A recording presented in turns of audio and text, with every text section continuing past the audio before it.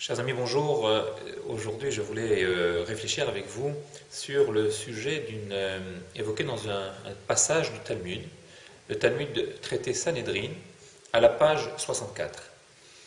Les sages à l'époque du Temple, les Anshe Knesset Agdola, les gens qui constituaient le grand tribunal, se sont adressés à Dieu dans une prière de supplication pour demander à l'Éternel, nous dit le texte, de faire disparaître le Yetzer Hara, le penchant de l'idolâtrie. Ce qu'on appelle en hébreu la Avodah Zara. À l'époque, l'idole avait un pouvoir et une attirance telle que on nous raconte qu'un roi d'Israël avait levé le pan de son habit pour courir et se rendre près de l'idole, l'invoquer et certainement constater des choses qui répondaient à ses besoins, à ses attentes.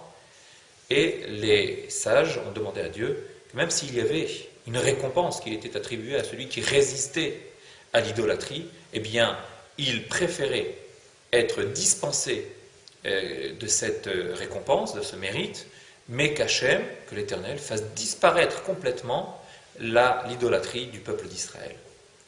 Et le texte nous dit que leur prière a été exaucée, et nous le savons car, tout de suite après avoir jeûné et prié pendant 3 jours, un parchemin tombe du ciel sur lequel est marqué un mot, le mot Emet, qui signifie vérité.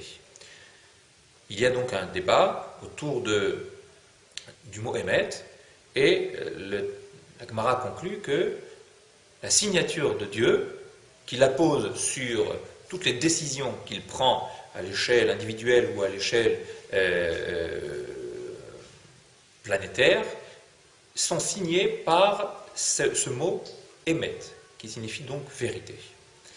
Le Rav Wolbe, dans Aléchour, un de nos moralistes contemporains, Zatzal, avait écrit que le mot Emet est constitué de 3 lettres. Aleph, qui est la première lettre de l'alphabet, Mem, la lettre du milieu, et Tav, la dernière lettre. Et il nous fait constater que la vérité, c'est quelque part la représentativité de la qualité de Dieu.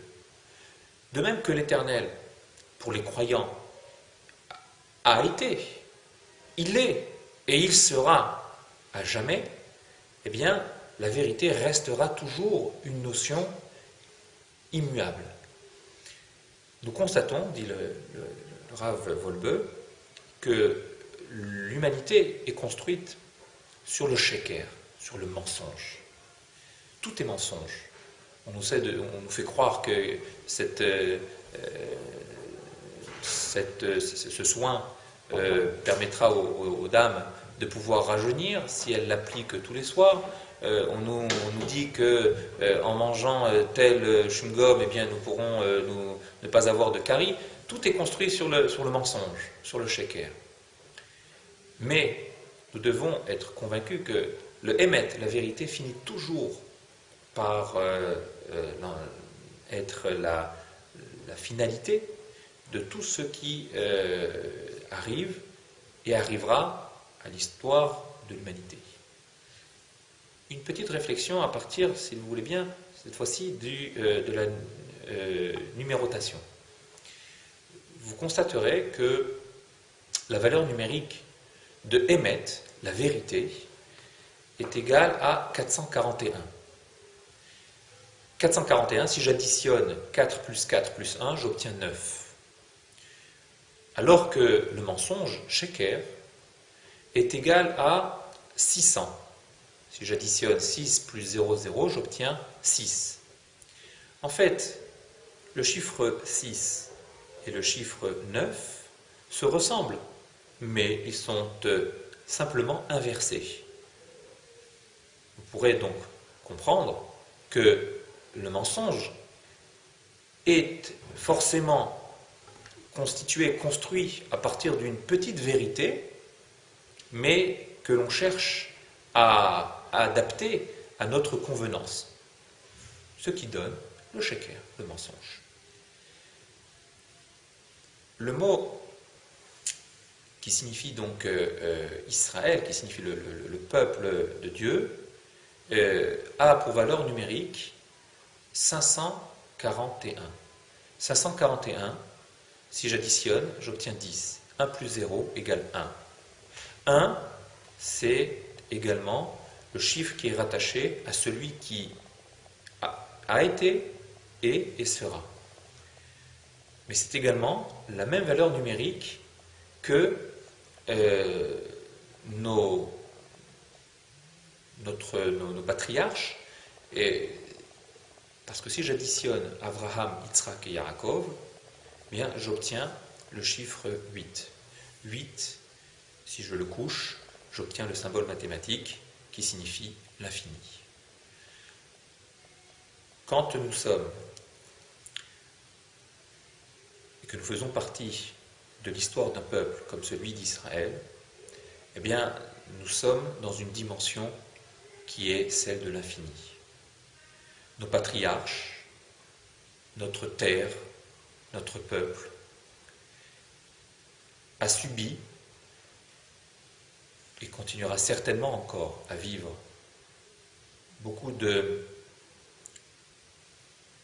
tensions qui sont certainement provoquées par le sheker, qui ont pour fondement le mensonge.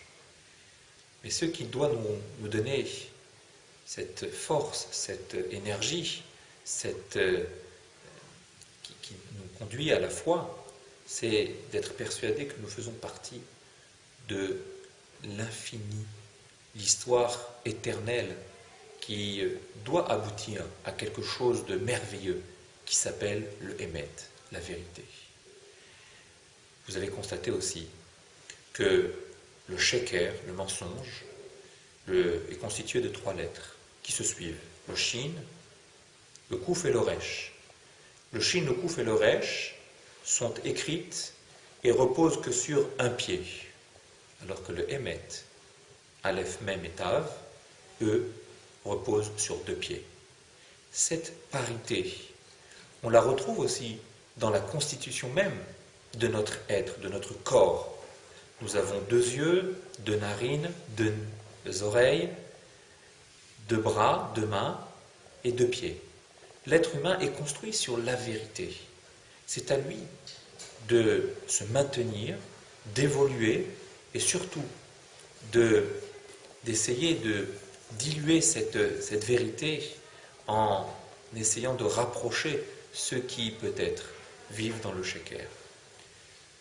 Je vous souhaite une bonne réflexion et j'attends bien évidemment vos retours.